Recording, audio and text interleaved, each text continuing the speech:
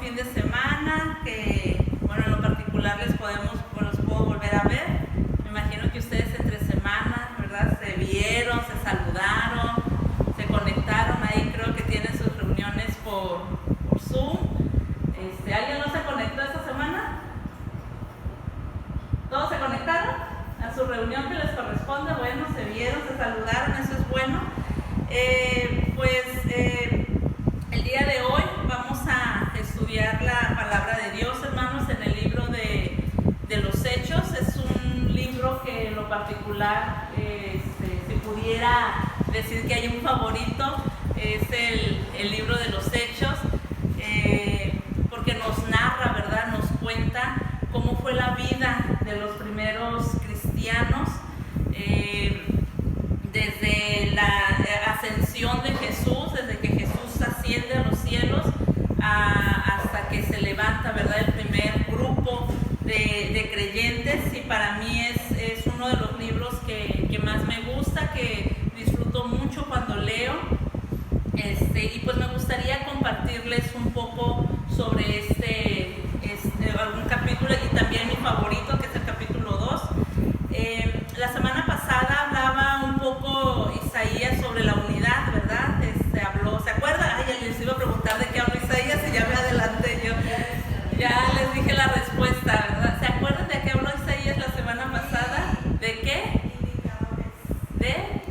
De la unidad, ¿verdad? Indicadores de la unidad, ¿verdad? Lo vimos ahí en la carta de Pablo a los Efesios. Isaías se basó en esta parte, pero el día de hoy yo quiero hablarles de algunas características de la unidad, ¿verdad? Ya vimos algunos indicadores, pues a lo mejor es prácticamente lo mismo, pero ahora nos vamos a basar en otro pasaje que es en el capítulo 2 del libro de Hechos. Características de la unidad, ¿no? Vamos a regresarnos todavía, ¿no? Volviendo a la iglesia primitiva, ¿verdad? Volviendo a la iglesia primitiva. Vamos a orar, hermanos, vamos a disponer nuestro corazón para escuchar la palabra de Dios. Señor y Padre Celestial, en esta mañana te damos muchas gracias, Padre, porque tú eres bueno, Señor. Gracias porque nos traes, Señor, con bien a este lugar, porque nos unes, nos reúnes, Padre, en un mismo sentir. Y en esta mañana queremos pedirte, Señor, que tú hables a nuestro corazón, Padre, lo que tengas que decirnos, que tu Espíritu Santo, Señor, hable a través de mí, Padre, que toda palabra que salga de mi boca, Señor, sea filtrada, Señor, por tu palabra y por tu Espíritu, Señor. Gracias, Padre, por la oportunidad que nos das de compartir libremente la palabra, Señor, de estudiarla, de aprenderla, Señor, pero también de darnos la bendición, Señor, de poderla practicar. En tu nombre oramos, en Cristo Jesús. Amén. Amén. Bueno, el día de hoy, hermanos, pues vamos a ver algunas características de la unidad. Y vamos a la siguiente diapositiva. Fíjense que la iglesia es más que simplemente un grupo de personas, hermanos, a diferencia de una reunión, a diferencia, no sé, vamos a pensar en el Alcohólicos Anónimos, vamos a pensar en la escuela, ¿qué más les gusta? En las reuniones familiares.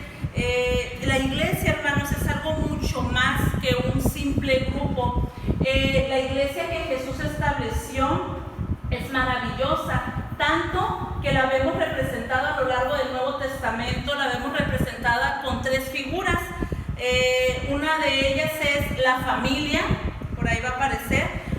La iglesia es representada como la figura de la familia, donde cada día se agregan, dice la palabra, más personas, más miembros, ¿verdad? Espiritualmente, más personas espirituales a este grupo, ¿verdad? A esta familia. También es representada, dice el apóstol Pablo, como el cuerpo de Cristo, que destaca la unidad porque existen miembros, ¿verdad? Dice el apóstol Pablo en 1 Corintios 12 que la iglesia es un cuerpo, ¿verdad? Que tiene muchos miembros y que tiene muchas funciones, y habla de la iglesia, ¿verdad? Pero también la iglesia tiene una figura de una casa donde nace el calor del hogar, o donde donde debería haber, ¿verdad?, ese calor. Yo muchas veces en la iglesia donde nosotros pertenecemos, les hablo, nuestra iglesia, ¿saben cómo se llama? La familia de Dios, ¿verdad? Yo insto mucho a los hermanos a que debemos de ser esa familia para aquellos que vienen, ¿verdad? Que van creyendo, que invitamos y que vienen a la iglesia. Muchos de ellos, hermanos, buscando lo que a lo mejor no encuentran en sus casas. El calor en las iglesias muchas veces van a encontrar a una madre espiritual, a un padre espiritual, al abuelito. Les ha tocado escuchar o ver, es que usted es como mi mamá, es que usted es como mi hermano, que no tengo, que a lo mejor en la sangre tienen problemas o tienen dificultades, ¿verdad? Nosotros como iglesia debemos de representar eso para nosotros mismos, los que ya somos miembros, pero también para los que se van añadiendo, ¿verdad? Debemos representar una familia, el cuerpo que funciona bien y también el calor de un hogar, ¿verdad? La casa.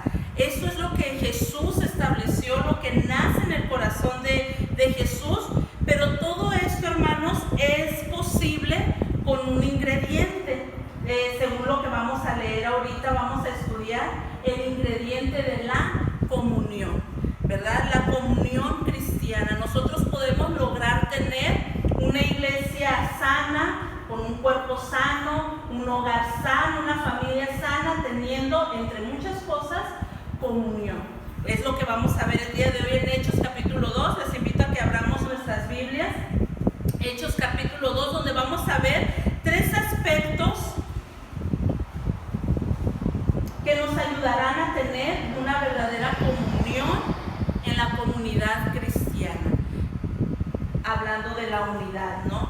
3 aspectos que nos ayudarán a tener una verdadera comunión en nuestra comunidad cristiana aquí en Príncipe de Paz. Y vamos a encontrar, hermanos, en el capítulo 2, vamos a ir analizando algunos versículos,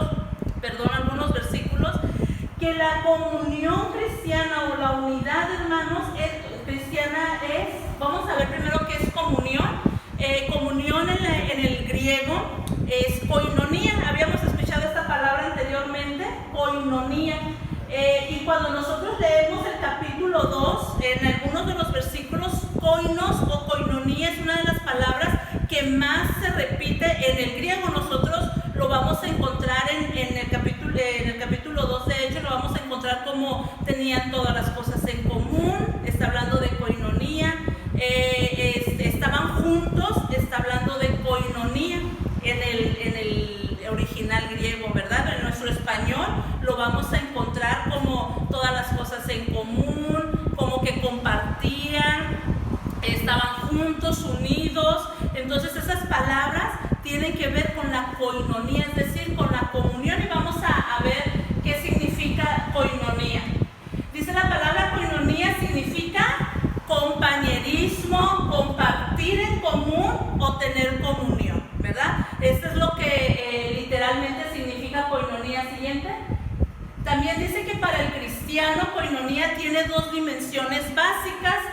Primeramente con Dios, o sea, tenemos que tener una koinonía, una comunión con Dios, pero también con el prójimo. Yo esto le llamamos regularmente una relación vertical y horizontal, ¿verdad? Una relación vertical hacia arriba con Dios y una relación horizontal con Él, una koinonía con el prójimo, ¿verdad? Entonces no se pueden separar. Tener una comunión con Dios me llevará a tener una comunión con el prójimo, o sea, tener una relación cercana con Dios, tener las cosas en común con Dios, o el mismo corazón que Dios tiene al ver sus cosas, sentir lo que a Él le interesa, hacer lo que a Él le interesa, me va a llevar a mí tener una verdadera comunión con mi prójimo, ¿no? Unos con otros.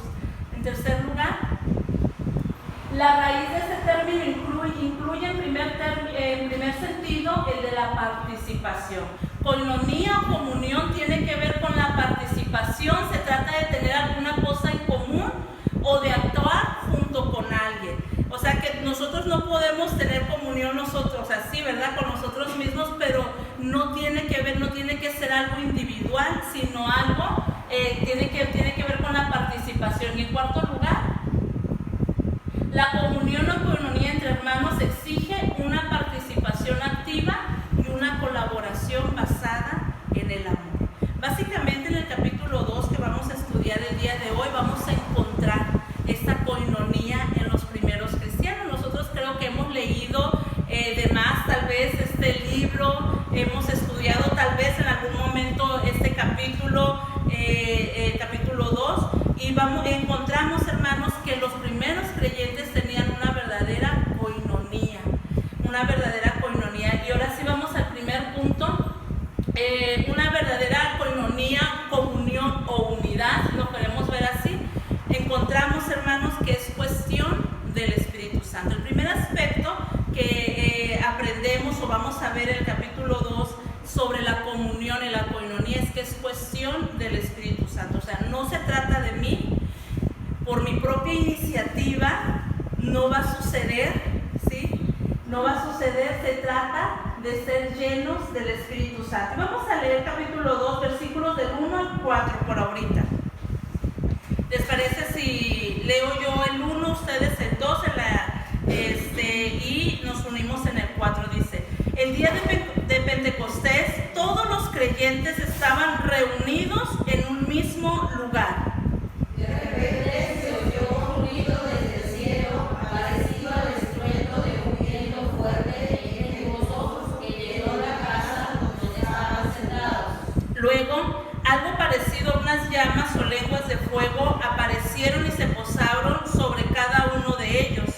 Y todos los presentes fueron llenos del Espíritu Santo y comenzaron a hablar en otros idiomas, conforme el Espíritu Santo les daba esa capacidad. Amén. Hasta ahí.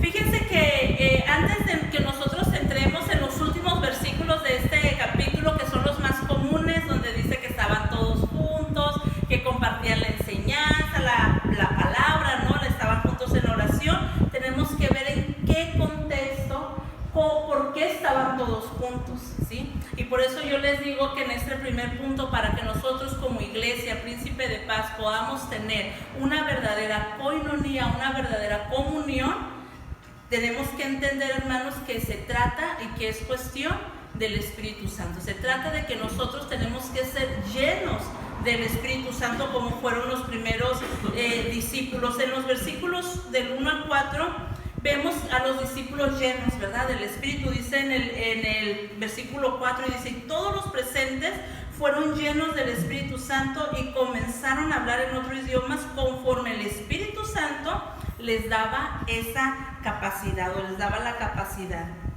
Y fue entonces, más adelante vamos a ver, cuando Pedro se levanta y empieza a predicar desde el Antiguo Testamento, desde la ley, desde la creación, todo, hasta que matan a Jesús, resucita y va al cielo, ¿no? Y les dice que ustedes lo mataron, ¿no? Y empieza a hablar con poder y dice al final, en los versículos 40, 39, 40, dice que alrededor de 3,000 personas creyeron en el mensaje que Pedro estaba predicando, ¿verdad? Y se unieron a la iglesia o al grupo unas 3,000 personas.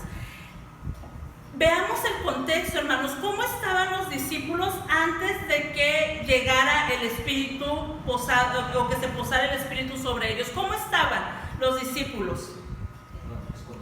Escondidos, encerrados. Dice que el día de Pentecostés todos los creyentes estaban reunidos en un mismo lugar. ¿Cómo dice la Reina Valera, hermano, en el versículo 1?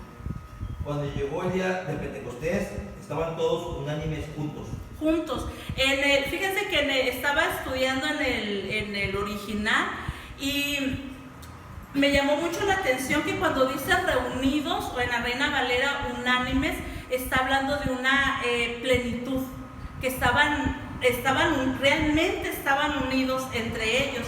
Pero la realidad es, hermanos, o lo que nosotros conocemos en la historia, es que ellos estaban de alguna manera encerrados. Dice que alrededor de 120 o 121 personas estaban encerrados en ese lugar. ¿Por qué creen ustedes que estaban escondidos o encerrados? ¿Qué acababa de pasar? Porque acababa de morir el Señor Jesucristo y eran perseguidos. Seguramente se habían quedado solos. La ascensión, no había ocurrido la ascensión. La ascensión, claro, ¿verdad? Jesús muere, está con ellos, resucita, está con ellos unos días, pero al menos en Hechos capítulo 1 vemos que Él sube, ¿verdad? Él se va al cielo. Y los hombres les dice que para qué están viendo si un día van a ver que Él regresa, pero eso había sucedido. Pero imagínense 3 años a los discípulos, hermanos, estar junto con Jesús, caminando con Él, y de repente se los quitan. Ellos todavía no comprendían, porque vemos un cambio radical entre antes de que el Espíritu Santo se posara en ellos y un después. Lo vemos totalmente, mientras que antes de que el Espíritu Santo llegara, ¿cómo estaban? Estaban reunidos, estaban juntos, pero estaban en un solo lugar, encerrados. Pero cuando viene el Espíritu Santo, dice la palabra a partir del versículo 5 en adelante, dice que Pedro se levanta.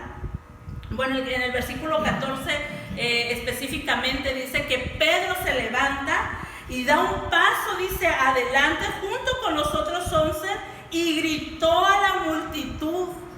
O sea, en voz a cuello empezó a decir: escuchen con atención todos ustedes, compatriotas judíos y residentes de Jerusalén.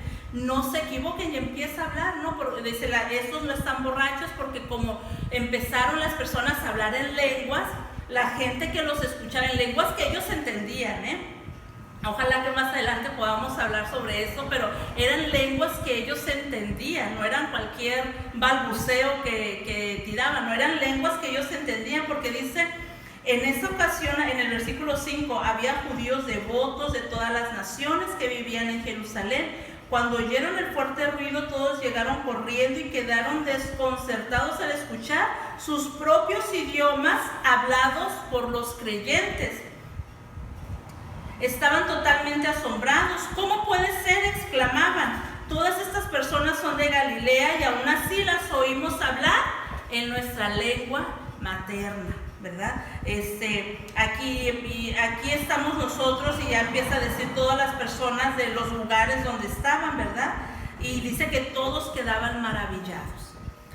Fíjense, hermanos, que la unidad, la verdadera unidad, la que impacta al mundo, la que impacta a las demás personas que todavía no lo conocen, va a ser cuando nosotros los creyentes seamos llenos del Espíritu Santo. No cuando lo tengamos, porque el Espíritu Santo viene a nosotros, a morar en nosotros. ¿En qué momento? Conversión. En la conversión, ¿verdad? Somos sellados por el Espíritu Santo, y ahora el templo, nuestro cuerpo es templo del Espíritu Santo. Es diferente a gracias, hermano, es diferente a la llenura del Espíritu Santo. El Espíritu Santo, hermanos, es una persona de la Trinidad, ¿sí? Y dice la Biblia que al Espíritu Santo lo podemos contristar, al Espíritu Santo lo podemos alegrar, al Espíritu Santo lo podemos apagar y lo podemos avivar, ¿verdad? Y ahorita vamos a ver más adelante cómo podemos o cómo sabemos que somos llenos del Espíritu Santo. Pero antes de eso, a mí me gustaría que comprendiéramos, hermanos, el verdadero significado de la coinonía, al menos en los primeros creyentes, en los primeros cristianos. No fue posible hasta que fueron llenos del Espíritu Santo, ¿sí? No fue posible que Pedro se levantara. Imagínense, Pedro antes lo había negado, ¿verdad? Incluso en el Evangelio de Juan dice que Pedro, antes de que viera a Jesús resucitado, del desánimo tal vez, del ver que tal vez todo terminó, ¿qué hizo Pedro? Dijo: yo me voy a pescar, yo voy a retomar mi vida, yo voy a retomar mi trabajo. Y ahí van los demás, ¿no? Juan y los demás con ellos a pescar, a retomar lo que ellos habían dejado tal vez por mucho tiempo, cuando siguieron a Jesús, pensando que ahí había acabado toda la maravilla. Pero vemos aquí que cuando Pedro y los demás discípulos reciben al Espíritu Santo, dice que Pedro con un brinco da un paso adelante y grita: escuchen todos, y empieza a hablar, ¿no? Empieza a decirles lo que lo que Jesús hizo lo que Dios hizo desde el Antiguo Testamento hasta el Nuevo, hasta la vida de Jesús, la vida y la muerte de Jesús. Y dice el versículo 41, los que creyeron lo que Pedro dijo fueron bautizados y sumados a la iglesia en ese mismo día, como 3,000 personas en total. Si tú y yo como iglesia queremos tener verdadera comunión, queremos tener unidad, necesitamos ser llenos del Espíritu Santo. Ahora, hermanos, comunión no solamente es el compañerismo que tenemos como hermanos, nos damos la mano, terminamos y nos vamos a tomar un cafecito, no sé qué trajeron hoy de vender, ¿verdad? Pero vamos a hacer el comercial que hay ahora, ¿no? Tortas con causa. Tortas con causa, ¿verdad? Y vamos y nos comemos la tortita, el cafecito para los que tomamos coca y platicamos. Eso es parte de la comunión, eso es parte del compañerismo, pero no lo es todo, ¿sí? Es parte, es necesario que tengamos esta comunión, ¿verdad? Que nos juntemos, nos reunamos, que el cumpleaños, que el pastelito, todo es bonito, pero no es todo.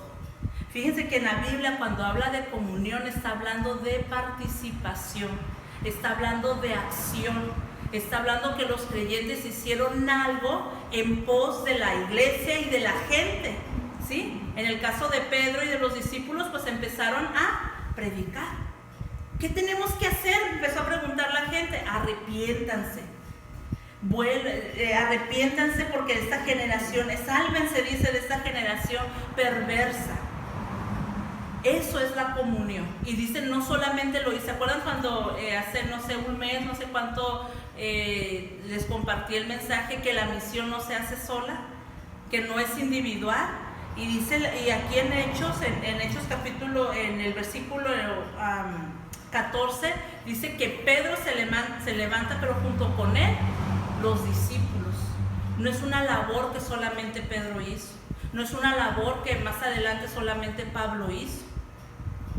Pablo no hubiera sido Pablo, obviamente, si que Dios no lo haya llamado Cristo, ¿verdad? Pero sin Bernabé, que fue quien lo salvó. O sea, la misión, hermanos, no se hace sola.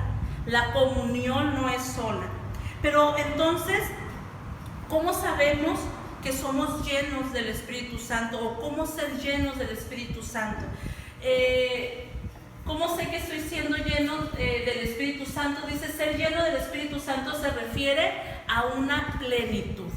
Si nosotros pudiéramos leer en el original griego, cuando dice llenos del Espíritu Santo, dice, y estaban siendo plenos, estaban en una plenitud. Eso es lo que está diciendo en el original, una plenitud. ¿Qué entendemos por plenitud?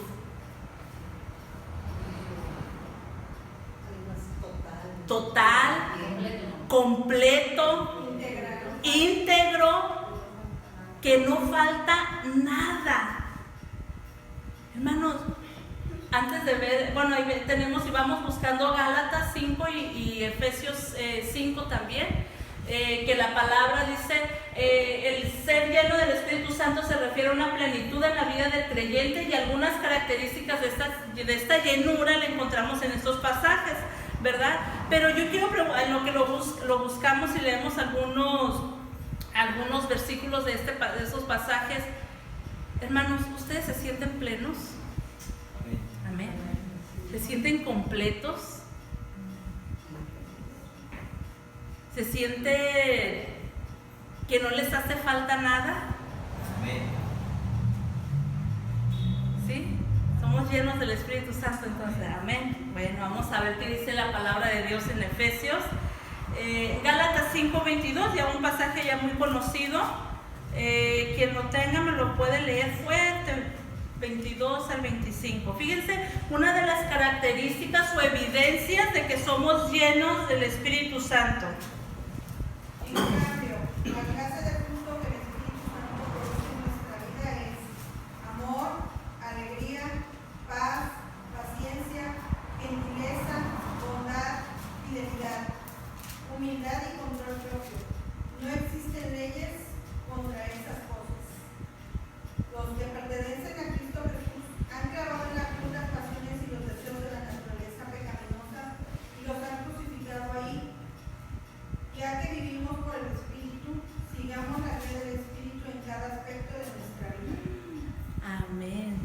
somos llenos del Espíritu Santo, dice que la clase de fruto que el Espíritu produce, no dice la clase de frutos, no son frutos, es el fruto que el Espíritu, es un solo fruto que el Espíritu produce en nuestra vida, es amor, alegría, paz, paciencia, gentileza, bondad, fidelidad, humildad y dominio propio, control propio. No existen leyes contra esas cosas. Dice en el 25, ya que vivimos por el Espíritu, sigamos la guía del Espíritu. ¿En dónde? Cada aspecto de nuestra vida. Hermanos, no podemos separar, no hay una separación de mi vida personal o mi vida laboral con mi vida espiritual. No hay, quitémonos eso de nuestra mente. Yo he escuchado, hermanos, yo les pido que oren por mi vida personal. Es tu vida. Y tú sabes si en tu vida está incluida Dios o no. Tú sabes si en cada aspecto de tu vida está siendo guiada por el Espíritu Santo. No hay una separación. Estamos siendo llenos cuando cada aspecto de nuestra vida está siendo guiada, para que nosotros podamos, guiada por el Espíritu Santo, para poder dar este fruto: amor, paciencia, fidelidad, alegría, paz, bondad, gentileza, humildad, dominio propio. Hagamos un test en nosotros mismos, ¿verdad? Hay cosas que son muy visibles. Hay cosas que son muy visibles y estamos siendo guiados. Hay cosas menos visibles, ¿verdad? Menos obvias. Pero hay cosas que pues la gente se va a dar cuenta si yo soy alegre o soy toda amargada, ¿no? Es muy visible, es muy notorio si yo soy gentil, si soy amable. Si es algo común en mi vida, ser bondadoso. Es muy obvio, pero hay cosas que no, hay cosas que son menos obvias, como el amor, ¿verdad? Como tal vez la humildad, el dominio propio. Tal vez son cosas que no son tan obvias, pero que Dios las conoce. Entonces, hermanos, somos llenos. ¿Cómo saber si somos llenos del Espíritu Santo? ¿Qué dice Efesios? Efesios 5. Dice, por lo tanto, imiten a Dios en todo lo que hagan, porque ustedes son sus hijos queridos. Vivan una vida llena de amor, siguiendo el ejemplo de Cristo. Él nos amó y se ofreció a sí mismo como sacrificio por nosotros, con aroma agradable a Dios. Que no haya ninguna inmoralidad sexual, impureza ni avaricia entre ustedes. Tales pecados no tienen lugar en el pueblo de Dios. Los cuentos obscenos, las conversaciones necias y los chistes groseros no son para ustedes. En cambio, que haya una actitud de agradecimiento a Dios. Pueden estar seguros que ninguna persona inmoral, impura o avara heredará el reino de Cristo y de Dios, pues el avaro es un idólatra que adora las cosas de este mundo. No se dejen engañar por los que tratan de justificar esos pecados, porque el enojo de Dios caerá sobre todos los que lo obedecen. No participen en las cosas que hace esta gente, pues antes ustedes estaban llenos de oscuridad, pero ahora tienen la luz que proviene del Señor. Por lo tanto, vivan como gente de luz, pues esa luz que está dentro de ustedes produce solo cosas buenas, rectas y verdaderas. ¿Se está analizando, hermanos? Nos estamos analizando. Averigüen bien lo que agrada al Señor. No participen en las sombras inútiles de la maldad y la oscuridad. Al contrario, sáquenlas a la luz. Es vergonzoso siquiera hablar de las cosas que la gente malvada hace en secreto. No obstante, sus malas intenciones se descubrirán cuando la luz las ilumine, porque la luz hace todo visible. Por eso dice, despiértate tú que duermes, levántate de los muertos y Cristo te dará luz. Así que tengan cuidado de cómo viven. No vivan como necios, sino como sabios. Saquen el mayor provecho de cada oportunidad en estos días malos. No actúen sin pensar, más bien procuren entender lo que el Señor quiere que hagan. No se emborrachen con vino porque eso les arruinará la vida. En cambio, sean llenos del Espíritu Santo, cantando salmos e himnos y canciones espirituales entre ustedes. ¿Dice solos? No, en comunión, en comunidad, ¿verdad? Y haciendo música al Señor en el corazón, y den gracias por todo a Dios el Padre en el nombre de nuestro Señor Jesucristo. Qué tremenda es la palabra. Mire, no se necesita mucha explicación, ¿verdad? Es muy clara la palabra, hermanos. Estamos siendo llenos del Espíritu Santo. ¿Por qué dice no se emborrachen del vino? ¿Qué hace el vino en nuestro cuerpo? Matan millones de neuronas. Nos matan millones de neuronas, nos controla, ¿verdad? Nos controla. A unas personas nos hace llorar, o les hace llorar, les hace dormirse. A otras personas les hace hacer infinidad de cosas, ¿verdad? Ridículos, que cuando se levantan dicen, hice esto, hice aquello, les controla. Y el apóstol Pablo es lo que les está diciendo: no se emborrachen con el vino, porque el vino va a controlar tu vida, va a controlar tu cuerpo. En cambio, sean llenos del Espíritu Santo. ¿Para qué? Para que mejor el Espíritu Santo controle tu vida, controle tu cuerpo, controle tu mente, controle tu boca, controle lo que tocas, a dónde vas, que te controle el Espíritu Santo.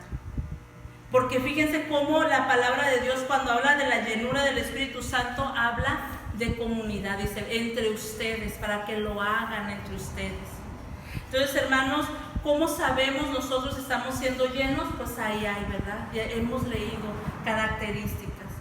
Y para que podamos tener comunión, eso fue necesario en la primera, iba a decir en la primera iglesia bautista, pero no, en los primeros cristianos. Eso fue lo que sucedió, ¿verdad? La llenura del Espíritu Santo. Hermanos, la iglesia primitiva no surgió por voluntad humana.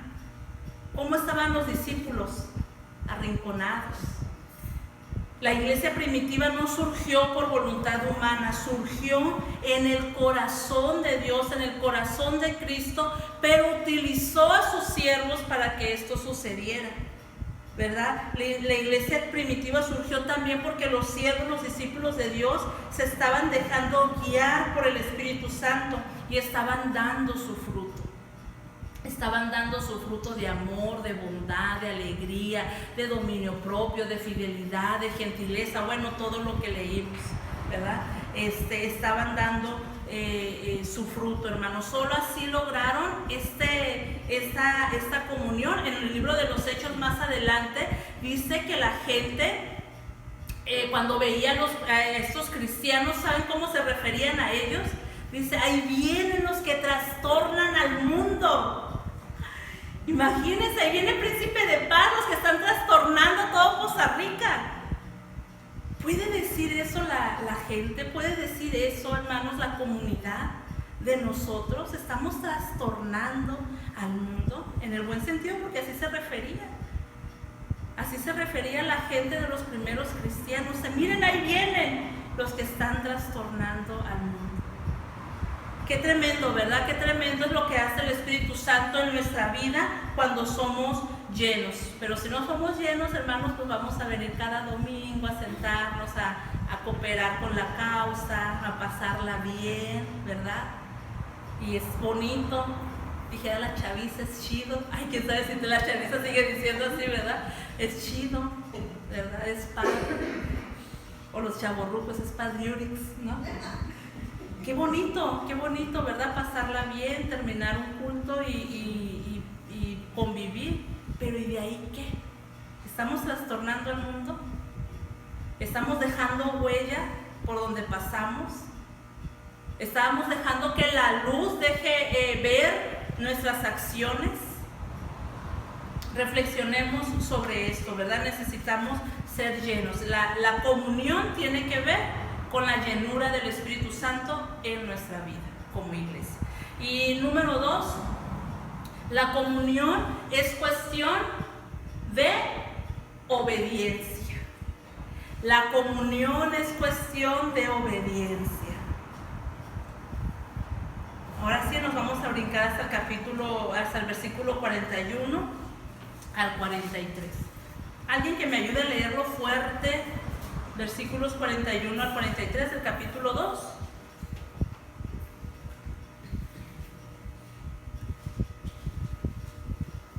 ¿No? ¿Lo leo yo? Dice, ¿alguien lo tiene? Así que los que recibieron su palabra fueron bautizados y se añadieron aquel día como 3,000 personas y perseveraban en la doctrina de los apóstoles, en la comunión unos con otros, en el partimiento del pan y en las oraciones.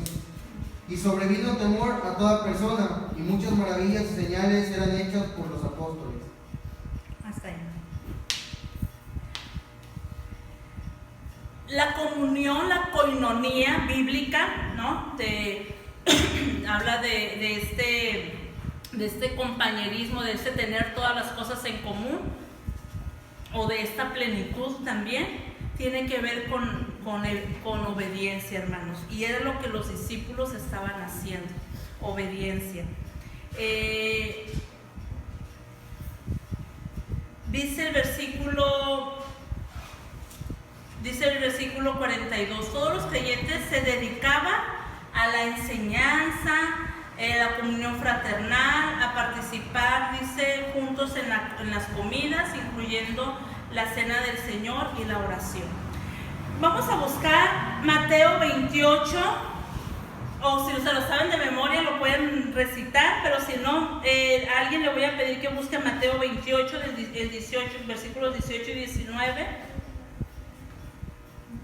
Y alguien más, Lucas 22, 17 al 19.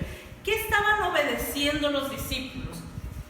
Ellos estaban tirando nada más al aire lo que querían hacer, o estaban inventándose nuevas formas, ¿no?, de enseñanzas, estaban haciéndolo sin ningún plan, sin ninguna meta. ¿Qué estaban haciendo? ¿Por qué decimos que los discípulos estaban siendo obedientes en su comunión, en su coinonía? Perdón. Mateo 28, versículos 18 y 19, ¿quién lo puede leer? Jesús se acercó y dijo a sus discípulos: se me ha dado toda autoridad en el cielo y en la tierra.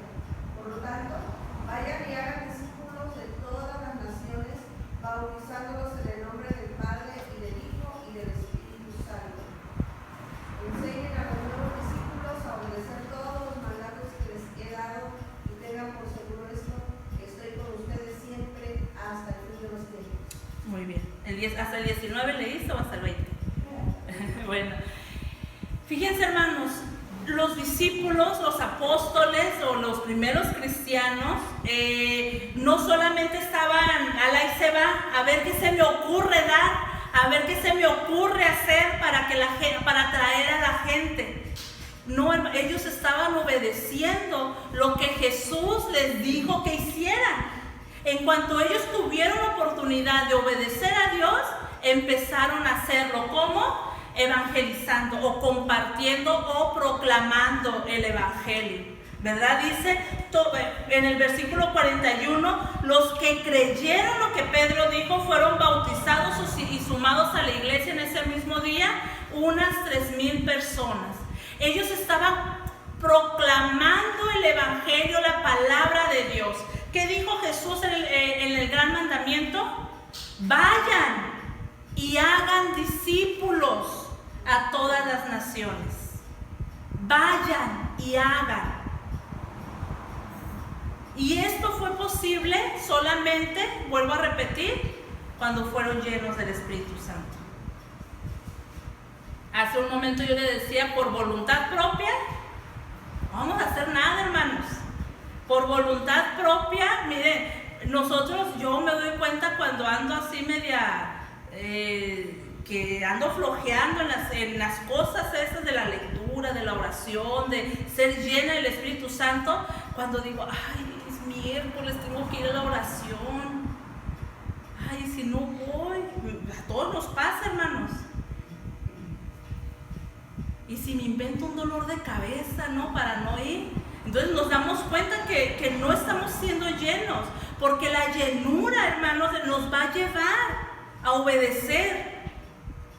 ¿Por qué? Porque estamos siendo dirigidos por Dios, por el Espíritu Santo. Y los apóstoles estaban obedeciendo algo que Jesús recientemente les había dicho hace 2-3 meses, según el tiempo que había, días, que había pasado, ¿verdad? Semanas tal vez. Estaban obedeciendo, les dijo Jesús, toda potestad, o sea, toda autoridad me es dada en el cielo y en la tierra, por lo tanto, con esa autoridad que yo tengo, dice Jesús, se las doy a ustedes y los envío. Vayan y prediquen, vayan y hagan discípulos. Y los discípulos estaban obedeciendo, y aquí lo vemos en estos versículos, cuando Pedro se levanta, ¿no? Pero también estaban obedeciendo en cuanto, si lo ponemos por ahí, en cuanto a la enseñanza. ¿Qué dice Mateo 28, otra vez 19 y 20? Quien lo tenga, Martita, si lo tienes. Mateo 28, 19 y 20. Jesús se acercó y dijo a sus discípulos: se me ha dado la autoridad en el cielo y en la tierra, por lo tanto vayan y hagan discípulos en todas las naciones, bautizándolos en el nombre del Padre, del Hijo y del Espíritu Santo, enseñándoles a los nuevos discípulos a obedecer todos los mandatos que les he dado, y tengan por seguro esto, que estoy con ustedes siempre hasta el fin de los tiempos. Amén. ¿Cuál es el requisito o la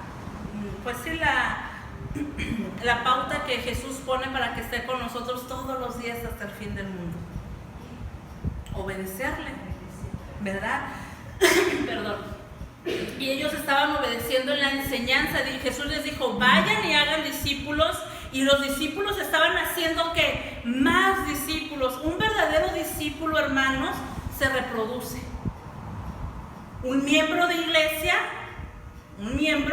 viene y nos sentamos, llegamos, escuchamos, nos gozamos y con la misma nos vamos. Pero un discípulo se reproduce en sí mismo. Discipulado, hermano, significa vaciarse en otro. Discipulado no solamente es enseñanza en este aspecto, no solamente es ven, te voy a dar una serie de estudios, nosotros damos mi nueva vida en Cristo, no sé, de la 1 a la 12, desde que crees hasta la mayordomía. Es parte del discipulado, la enseñanza, ¿verdad? Sistemática. Pero el discipulado, hermanos, es vaciarse en la otra persona. ¿Quién hizo eso? ¿Quién hizo eso en la Biblia? Jesús caminó con ellos por lo menos, o alrededor de 3 años. Se vació, les dio todo lo que les tenía que dar. Y cuando los vio, les dijo, vayan y hagan lo mismo. Enséñenles qué cosa, lo que yo, o sea Jesús, ¿verdad?, les he enseñado. A los nuevos, dice, a los nuevos creyentes. Hermanos, necesitamos nosotros obedecer para tener comunión, coinonía, que nuestra iglesia esté unida, tener las cosas todas en común, tener plenitud. Necesitamos obedecer.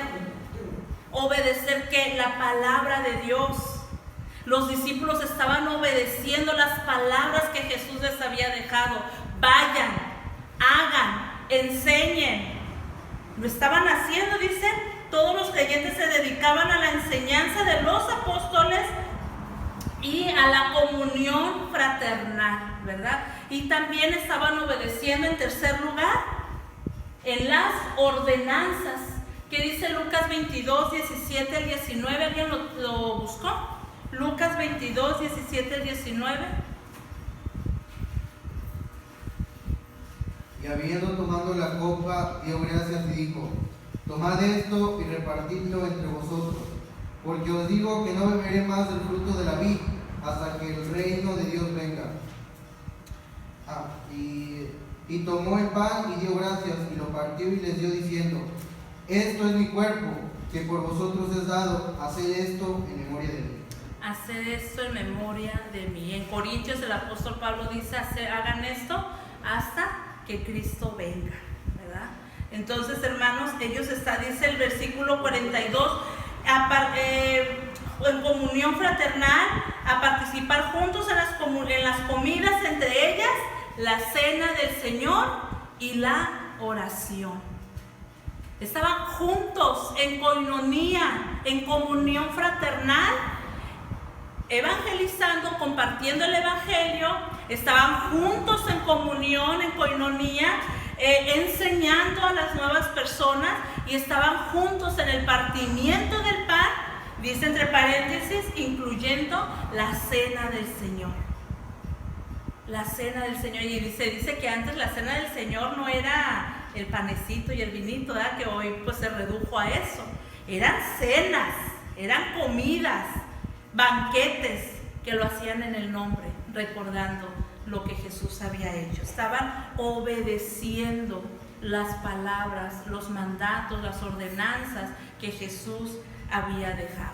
En el versículo 41 dice que se estaban bautizando. Jesús dijo, bauticen. Y nosotros sabemos hoy cuáles son las ordenanzas que tenemos: el bautismo y la cena del Señor. ¿Estamos obedeciendo? Estamos obedeciendo en el bautismo, estamos obedeciendo en recordar el sacrificio de Jesús con la cena del Señor. Estamos obedeciendo en la enseñanza, en vaciarnos en alguien, a vaciar nuestro conocimiento, vaciar lo que Dios nos ha dado en alguien, discipular, vaya, a alguien. Estamos obedeciendo en compartir la palabra de Dios. ¿Qué estamos haciendo, hermanos? ¿Qué estamos haciendo como iglesia? ¿Somos miembros o somos discípulos de Dios? Una verdadera comunión, hermanos, se logra cuando estamos obedeciendo. Comunión no es solamente reunirnos, como decía, en un cumpleaños, en una reunión social. Comunión es todo eso que ellos estaban haciendo, que los discípulos estaban haciendo. La verdadera comunión se basa en obedecer sus mandatos y sus ordenanzas. Esos aspectos, hermanos, nos deben de unir como iglesia, como hermanos y como familia. Si nosotros queremos ver a nuestra iglesia crecer, si queremos ver a Príncipe de Paz crecer, no solamente el número, hermanos, sino en madurez, necesitamos trabajar como un cuerpo, juntos, unidos, obedecer lo que el Señor nos ha mandado hacer. Y necesitamos empezar ayer Isaías, pues en lo que predicaba, nos dio risa porque él les hablaba, ¿no?, de compartir, de ir y salir y hablar de nuestra fe a los demás. Y les decía Isaías, ¿quién lo tiene que hacer? ¿Quién lo tiene que hacer, hermanos? Y una hermana salió, tú, le dice, ¿verdad? Pensamos que a veces el trabajo, la labor, es de los que están al frente, del pastor, de los líderes, que es para un grupo de personas apartados, nada más es la labor de hacer, de ir. Y no, hermanos, la labor de hacer, de ir, de velar unos por otros es responsabilidad individual. Yo lo tengo que hacer, yo soy responsable de mi hermano es responsable de mí. Y si nosotros tuviéramos ese pensamiento, cada quien tuviera cuidado de unos por otros. Somos responsables, no es labor de Oli, no es labor del pastor solamente.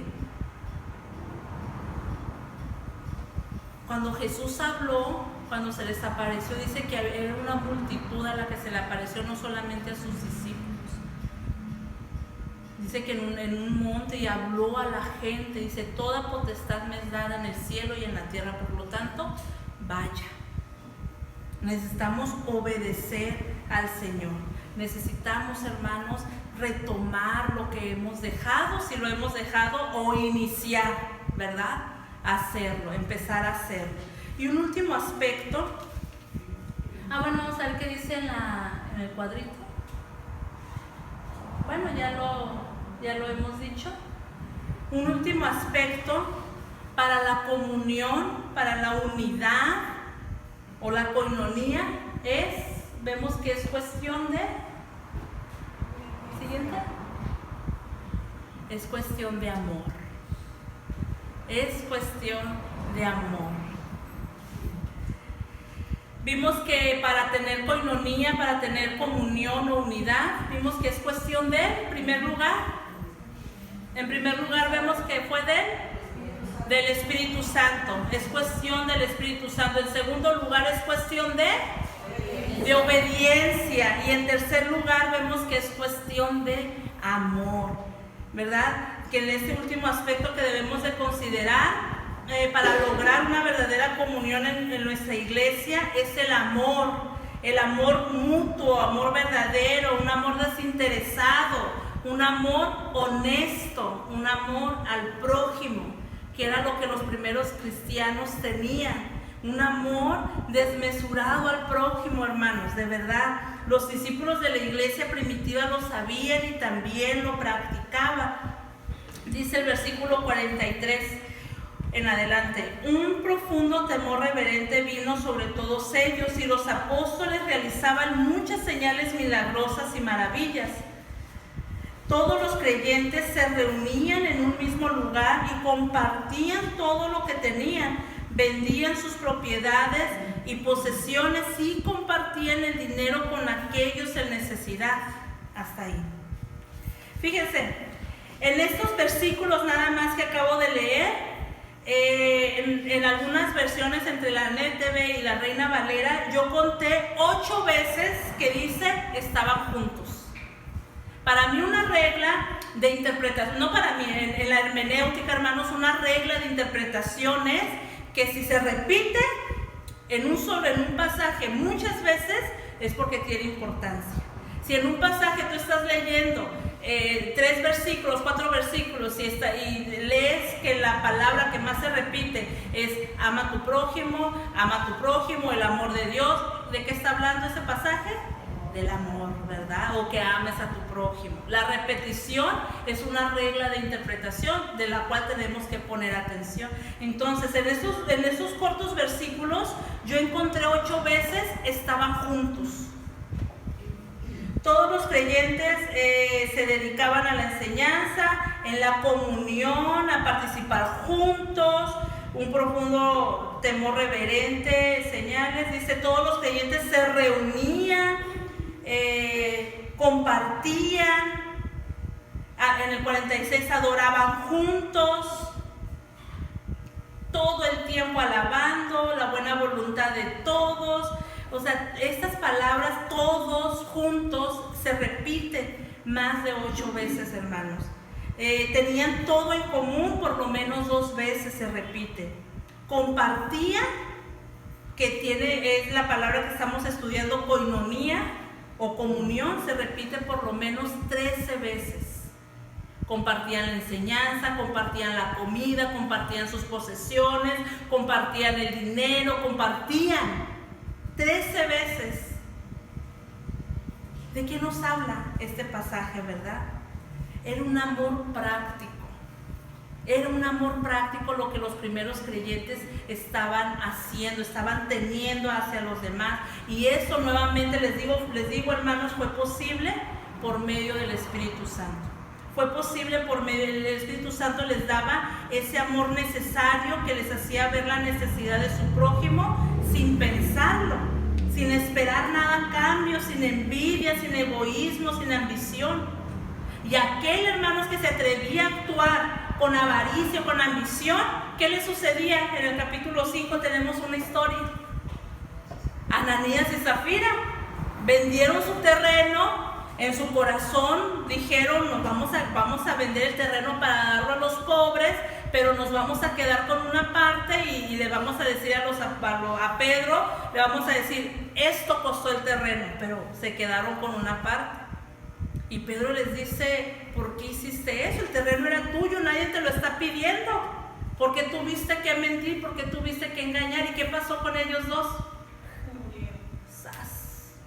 Cayeron muertos inmediatamente por tratar de engañar a Dios y al Espíritu Santo.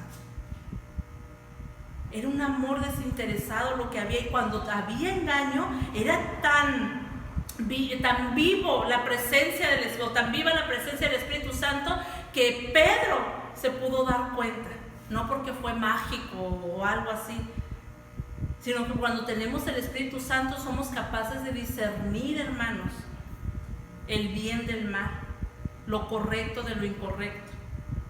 Y Pedro lo hizo, ¿no? Pero lo que vemos es de que la coinonía tiene que ver con el amor, porque estaban todos juntos, tenían todo en común, se despojaban y compartían. Yo admiro mucho esta iglesia, hermanos, de verdad. Y algo que yo puedo decir de esta iglesia es esta parte.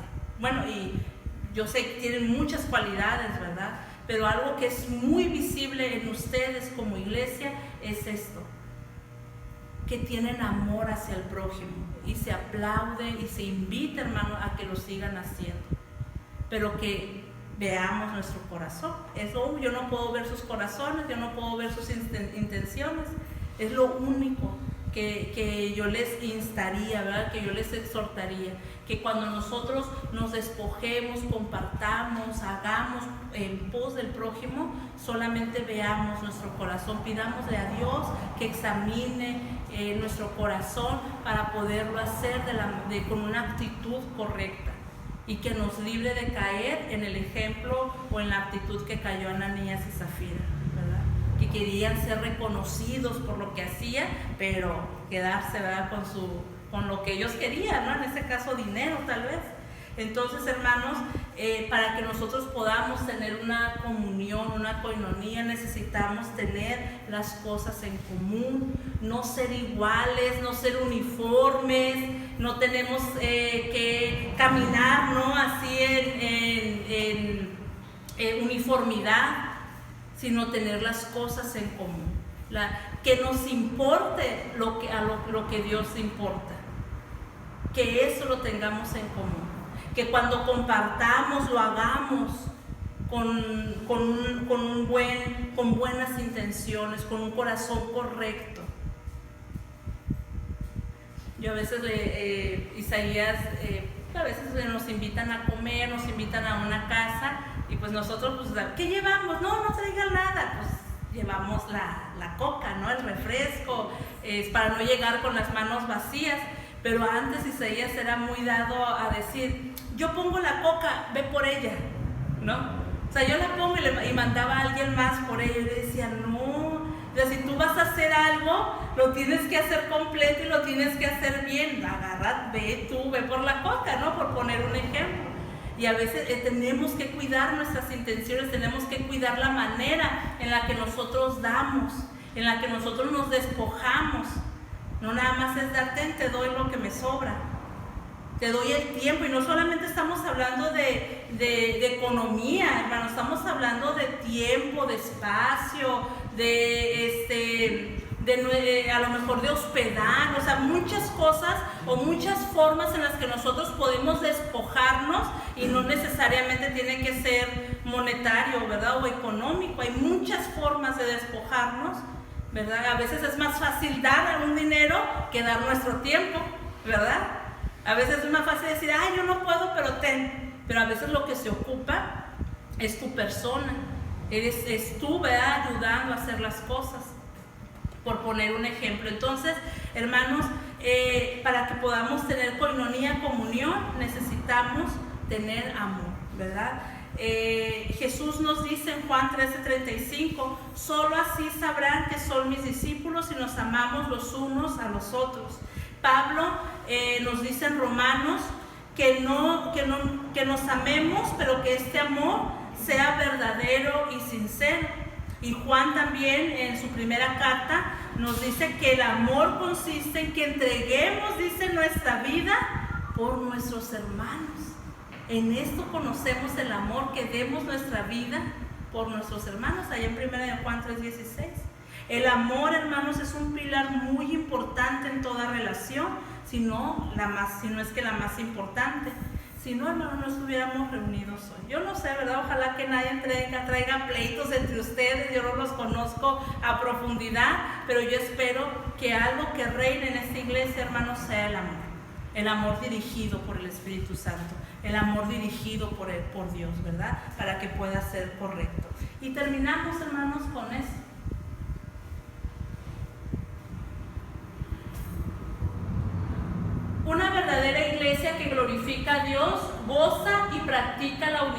entre los miembros. Aprender a despojarnos de lo que sea necesario para colaborar en la unidad de la iglesia y así ser de impacto a los demás.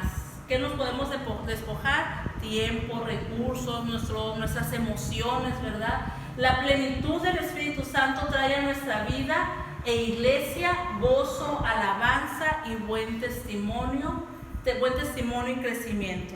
Me gustaría que leyéramos los últimos versículos del 46 al 47. ¿Qué nos espera como iglesia si tomamos en cuenta esos aspectos? Ser llenos del Espíritu Santo, ser obedientes y vivir en amor. ¿Qué nos espera? Dice, adoraban juntos en el templo cada día, se reunían en casas para la cena del Señor y compartían sus comidas con gozo y generosidad. Todo el tiempo alabando a Dios y disfrutando de la buena voluntad de toda la gente, y cada día el Señor agregaba a esa comunidad cristiana los que iban siendo salvos. Amén, hermanos, qué maravilloso. ¿A quién le corresponde el crecimiento y la añadidura? A Dios, hermanos. A nosotros nos corresponde ser llenos, obedecer, andar en amor, y Dios va a ir añadiendo cada día a quien habrá o a los que vayan siendo salvos. Dice, todo el tiempo alabando a Dios y disfrutando la buena voluntad de quién, hermanos, de toda la gente. Y cada día el Señor agregaba a esa comunidad cristiana los que iban siendo salvos. ¿Qué piensan? Bueno, aquí no sé, ¿verdad? Los vecinos pues no están aquí, pero ¿qué pensará la gente aquí alrededor de la iglesia Príncipe de Paz? ¿Qué pensarán sus vecinos? Porque la iglesia somos nosotros, el cuerpo soy yo. Yo soy parte del cuerpo, ¿verdad? Yo soy un miembro del cuerpo, la iglesia soy yo. ¿Qué pensarán nuestros vecinos? ¿Gozamos de buena estima con nuestros vecinos? ¿O somos los que le pateamos al perro o al gato o le echamos agua al que pasa por ahí? ¿Qué piensa? ¿Gozamos de buena estima? ¿Nos gozamos cuando estamos aquí? Andemos en el Espíritu, andemos en obediencia y andemos en amor. Les invito a que nos pongamos de pie y oremos, hermanos. Padre Celestial, te adoramos, te glorificamos, Señor, porque siendo de muchos lugares, Padre, siendo de diferentes familias, diferentes contextos, diferentes culturas incluso, Señor, tú nos has unido en un solo lugar. Y eres tú, Señor, el que nos une, eres tú el que hace posible esta coinonía, Señor, esta comunión. Permite a tu iglesia, Príncipe de Paz, Señor, andar llena del Espíritu Santo, Señor, saturarse diariamente del Espíritu Santo, Señor, andar en obediencia al proclamar tu palabra, al enseñar, Señor, sanamente tu palabra, Señor, y también el practicar las ordenanzas que tú nos has dejado, Señor. Permítenos también como iglesia, Señor, andar en amor, aprender a despojarnos, Señor, como esos primeros creyentes lo hacían, Señor, sin medida, Padre, sin tener como propio las cosas que tenían, Señor, sino que veían la necesidad real del prójimo, Padre, y lo compartían. Ayúdanos a despojarnos de nuestro tiempo, Señor, ayúdanos a despojarnos a veces incluso de nuestra economía, Padre, de tantas cosas, Padre, que a veces se nos dificulta y que no hace posible, Señor, andar en amor. Y por sobre todas las cosas, Señor, te pedimos que esta comunión que queremos tener te agrade, te glorifique, Señor, y que de esta manera podamos ser de buen testimonio ante la gente, Señor, y que conforme a tu voluntad y tu gracia añadas a nuevas personas a este lugar, Señor, a esta comunidad cristiana. Te alabamos y te glorificamos, Señor, porque gracias a ese sacrificio, Señor, que tú hiciste en la cruz, Padre, podemos estar aquí unidos y reunidos, Señor. En Cristo Jesús oramos. Amén.